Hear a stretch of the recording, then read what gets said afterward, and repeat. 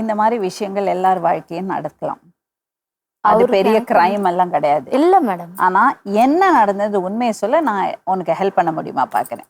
அவருக்கு எனக்கு எந்த ஒரு தொடர்பும் இல்லை மேடம். தொடர்பு பேசணும், போன் பேசணும், மெசேஜ். நான் கேட்கறது உங்கள்கிட்ட உடல் ரீதியா இருக்கிறது தொடர்பு எல்லாம் நான் கேட்கல. சரிங்க. அதெல்லாம் எனக்கு தேவையில்லை. அது இருக்கோ இல்லையோ அதெல்லாம் உங்க பாடு.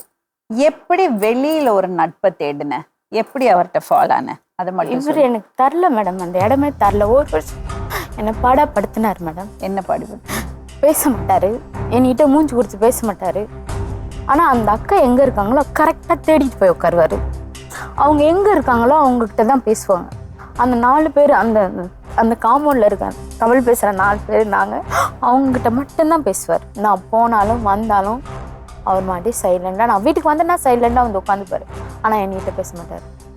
நானா வலுக்கட்டாயமா ஏதாவது எடுத்து சண்டை எடுத்து பேசினாதான் அது அடிதடியில போய் முடிஞ்சிடும். அடிச்சு தலையில அடிக்கிறது, செவுத்துல அடிக்கிறது, இப்படியே போயிட்டு இருக்கேன்னு எனக்கு ரொம்ப மனசு கஷ்டமாயி அந்த நட்பை வெளியே தேடிக்கிட்டேங்க. அது அவங்க திருமணம் அட்வான்டேஜா எடுத்துக்கிட்டாங்க. திருமணம் எதுக்கு அது வரப்போச்சு? திருமணம் வரப்போச்சு. ஆல்ரெடி ஒரு புருஷனோட வாழ்ந்துட்டு இருக்கும்போது இன்னொரு கல்யாணம் எப்படி பண்ணலாம்? யோசிக்க மாட்டேன். அவர் சொன்னது எனக்கு உண்மையா பட்டுச்சு மேடம். அதனாலதான். என்ன உண்மைப்பட்டது?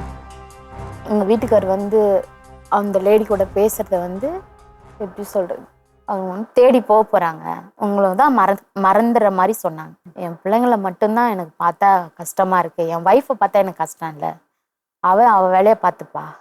என் பிள்ளைங்களை நினைச்சாதான் எனக்கு கஷ்டமா இருக்கு. பிள்ளைங்க இருக்கு? என் பொண்ணு பையன். பசங்களை நினைச்சதான் எனக்கு கஷ்டமா இருக்கு அப்படின்னு. அவங்க பேச மாட்டேன். இப்போ அவங்க என் மேல ஒரு தப்பு சொல்லிட்டாங்க, அதனால நான் அந்த லேடிகிட்ட நான் இப்ப பேசல, மற்றபடி எனக்கு எந்த பிரச்சனையும் இல்லை அப்படின்னு அந்த பையன்கிட்ட போய் சொன்னதுல இருந்து இவர் கூட்டிட்டு போய் அந்த பையன்கிட்ட ஏதோ சொல்றாரு. 2-3 தடவை சொல்லியிருக்காரு. உடம்பு சரியில்லைனாலும் அந்த பையன்கிட்ட தான் போய் சொல்லியிருக்காரு, எனக்கு இந்த மாதிரி உடம்புல பிரச்சனை இருக்கு அப்படின்னு. அந்த பையன்கிட்ட போய் சொல்றது என்கிட்ட உட்காந்து சொன்னானா, சிப்போ உனக்கு என்ன தெரியும், உன்ட்டெல்லாம் சொல்லி புரிய வைக்கவே முடியாது. அப்ப நான் இப்போ என்ன சொல்றாருன்னா, நீ புரிஞ்சுக்கல, நான் சொன்னேன் நீ புரிஞ்சுக்கல அப்படின்றாரு. நீங்க என்ன கூட்டு உட்கார வச்சு சொல்ல வேண்டியதானே, என்கிட்ட சொல்ல வேண்டியதானே. என்ன பிரச்சனை இருக்கு உடம்புக்கு? அவருக்கு ஏதோ ஜென்ஸ் ப்ராப்ளம் சொல்லிட்டு ஏதோ அப்படின்னு சொல்லிட்டு ஏதோ சொன்னார் ஒரு டைம். எனக்கு இது என்னை ரொம்ப அந்த லேடிக்காக தான் இவர் இந்த மாதிரிலாம் பண்றாரோ, என் கூட இருக்கக்கூடாது, என்கிட்ட பேசக்கூடாது, பழகக்கூடாது அப்படின்னு சொல்லிட்டு இவர் என்ன ஓரம் தள்ளி வைக்கிறாரோ அப்படின்னு. நீங்க கணவன் மனைவியா இருக்கவே இல்லையா? ஆமா மேடம். ரொம்ப நாள் எனக்கு அது இல்லாம ரொம்ப ஒரு டிப்ரெஷன்ல போயிட்டேன் நான்.